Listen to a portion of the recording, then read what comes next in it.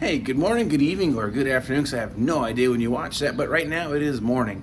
I'm actually on my way to work, and it's one of those days. Remember when you used to take your kids to school or career day, or maybe even your parents took you to work to show you what they did for a living? I mean, they don't do that much anymore, but that's what we're going to get into here today. I want to take you to work, show you what I do to pay for all this fun stuff that we do here in the garage, and we're going to take a trip there in style. I'm going to take a Trans Mountain router to work because that makes for a fun day for me. But what I want to start out with is just imagine an engine blowing oil out the dipstick, blowing oil out the breather. You pull the oil cap off, it almost launches off in your hand because it has so much crankcase pressure. Man, you're thinking bad rings and probably a bad engine like I did. Well, not always the case. This was actually relatively simple fix. That's what we're going to show you here today. Well, let's just start with soaking up all the goodness right here. Look at this cute little thing. I just want to put it in my pocket. Underneath the hood here is a twin-cylinder Kohler engine, gas-powered, of course, so it's not something you're going to pull down stumps with or tear down houses with, but if you have one of these in your yard, you have a whole lot of fun digging some holes. It even has outriggers on it, which is pretty cool. I'm not sure how far it reaches or how far it goes, but pretty self-explanatory. Controls are pretty basic. Choke. This is your cruise control here. A little block of wood holds the throttle where you want it at. Pretty genius little thing here. And you got a little key to make it roll. Now, underneath the hood here, it actually opens. I kind of looked at this. Oh, it's got tanks in it. This is never going to open, but it's pretty simple. You just pick up right here. And this is what we're talking about. This is our little Kohler engine right here. Now, as you can tell, we've got oil all around the oil cap. Kind of oily film here on top of the air cleaner cover here. That's not good. Pull the dipstick. It's actually really low on oil. And that's not even touching the dipstick anymore. So confirm the oil's going everywhere. It's actually, look down the bottom of the engine tray, you see some reflection down there.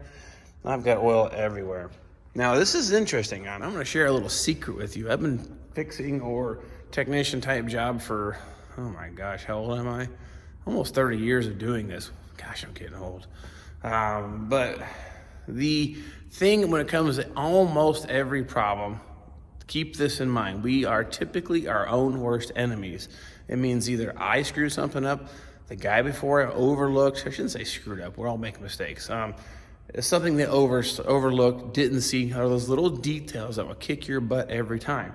So I always keep that in mind because these things, as much as I hate to admit it, the majority of the time are engineered well and durable and they last. When something malfunctions, what was last done to it, or take the symptoms and find the problem. This particular engine right here, gas-powered Kohler engine, pretty easy engine for the most part, not a whole lot going on. He just changed the oil himself and then afterwards started having the problem. He thought he had the wrong oil filter on, but a different oil filter on, still having the same problem.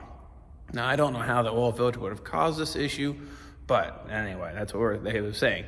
So I want to take that information with that in mind and start digging into this. Now, I also know these Kohler gas twin-cylinder engines have a crankcase breather system, has some kind of reed valve, sometimes malfunction, and can cause this exact symptom. So first step though is always confirm complaint. I'm going to rinse this oil off here, give a little cleaning, top the oil off so it's actually very low, run the engine and verify we actually do have oil blowing or pushing back up to the oil cap. That way when I get it fixed, I know what to look for and confirm I've actually repaired it.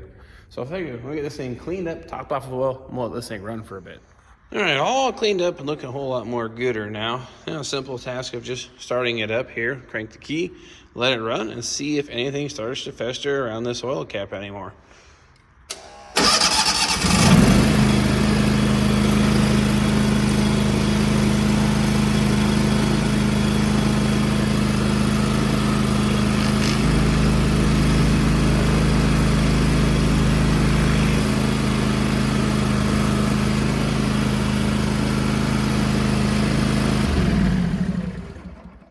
Of course, what I did there, when I popped the dipstick, you feel a lot of air flowing through here.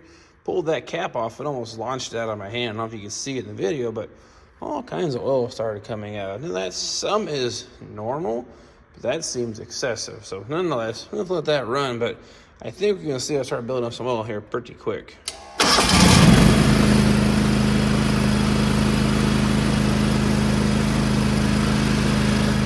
Check this out here. Look at this here. Stuff percolating out of this little breather on the fuel pump on the back of the engine here. Now the other thing is kind of cool. Listen to this. I pull the dipstick. You saw the oil launch out of there and pressure, and look, it's not bubbling. If you definitely have a crankcase pressure issue. So I'm going to call that confirmed. Look at that. I pulled that dipstick out. It launched oil everywhere. That shouldn't be bubbling out of there either. Look at the stuff all over the engine starting to accumulate. So it's not necessarily blowing out of the oil cap, but a little mist coming out of this here. So I think we need to dig into the crankcase breather system and see what's going on, because there's an extreme amount of crankcase pressure. I got my hand cleaned up a little bit, and I'm gonna need something to, nope. I'm gonna need something to turn that with there. And you guys thought I only played with cars, right? Well, somehow you gotta pay for playing with cars, and this is how I do it. Fix broken equipment. Now underneath this, of course, air filter and panel should be some kind of crankcase breather. Now how I know that is I watched YouTube. I learned all about this little Kohler engine. My lawnmower has one at home, but I've not had any trouble out of it yet. So, well, we can figure this out together.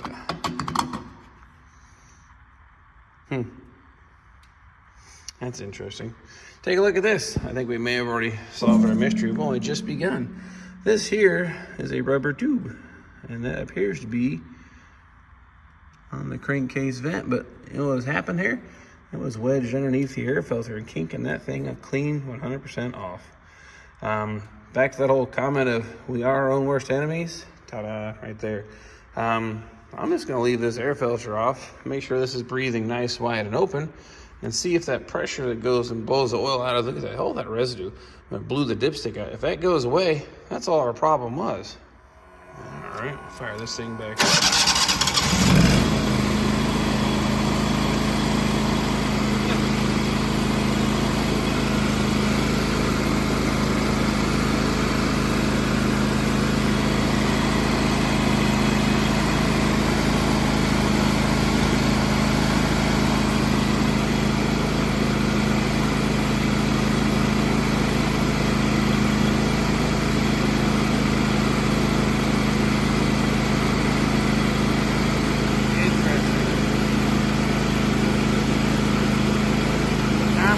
That tube, watch what happens here.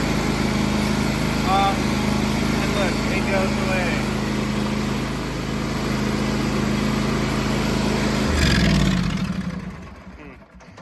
What I did there, in case you couldn't hear me, as I went and just pinched this thing back off, kinked it off, and you can slowly see that start percolating again and starting to blow oil out of that there. So I'm going to say our problem was as simple as this.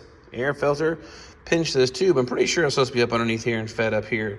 This is your crankcase breather tube. And that's supposed to, of course, recover all the stuff coming out. It had a nice little pulse coming out of it. Once you pinched it off, it started building some pressure, and then it was starting to come out here. So, interesting enough, I think that's our problem. And then look a whole lot more better. Took that tube, instead of popping up through here, there was a hole in the base plate. So I'm gonna put it right there at the top of the carburetor. It's gonna pull all those vapors right in where it needs to be. So, again, proving that was probably the problem. Now, when, why, where, and how it got that way, by just changing the oil, no idea. Maybe it's just coincidence, or maybe the air filter was never tight. We'll never know, but I'm very confident.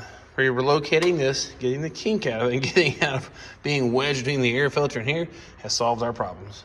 So you might be asking yourself, why would I share a video like this? Well, it's more or less the thought process of diagnosing things, and why it's very important to confirm the failure and why it's failing. That way, when you're done, you can confirm you fix the problem, one, and then two, like in this situation here, I was gonna go gung-ho digging down into that crankcase breather system and look into it. I may have overlooked the obvious answer here. I don't think I would have, but maybe it's not that obvious, and I would have missed an important part. So I would have got all the way down to that crankcase breather and found nothing wrong with it. Then what do? Now I'm in trouble. So this case here, I've already found a problem that can cause it, and then I can also duplicate the problem by pinching off the hose and then releasing it. I don't need to dig further into this engine. My job is done in a matter of minutes. I'm gonna salvage this engine, gonna have a happy customer. I'm gonna clean this mess up on my hands and go on to the next problem and make even more money for the company, which makes more money to build more cars and share those stories with you. So I guess to sum it up, proper diagnosis is a must. Throwing parts at something or just kind of guessing isn't always the best solution, because you're going to chase your tail for something maybe as simple as a pinched hose. So that's going to conclude Take You to Work Day with me here at the Vinyl Village Garage. Well, you see what I'm talking about. It's not the Vinyl Village Garage. It's just where we normally play at. And I guess the things I want to hit home again, sometimes the problem really is just that simple. Don't overthink it. Take the obvious things. And really, I'm going to drill this one more time. A diagnostic process and properly diagnosing is super important to save time and money and get you back to work on your project. As I say, we started just guessing on this and started going down the rabbit hole the wrong way and kind of find out it was just a little pinch tube.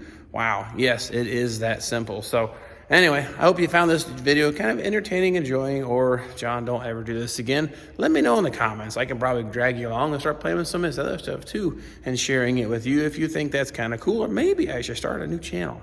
That might be kind of a mess, but maybe. Anyway, appreciate you following me on the journey of the old Terramite here. I'll get back to working on the Firebirds here and get back to work for the boss yells at me. And we'll definitely grab the camera, and we'll see you guys next time.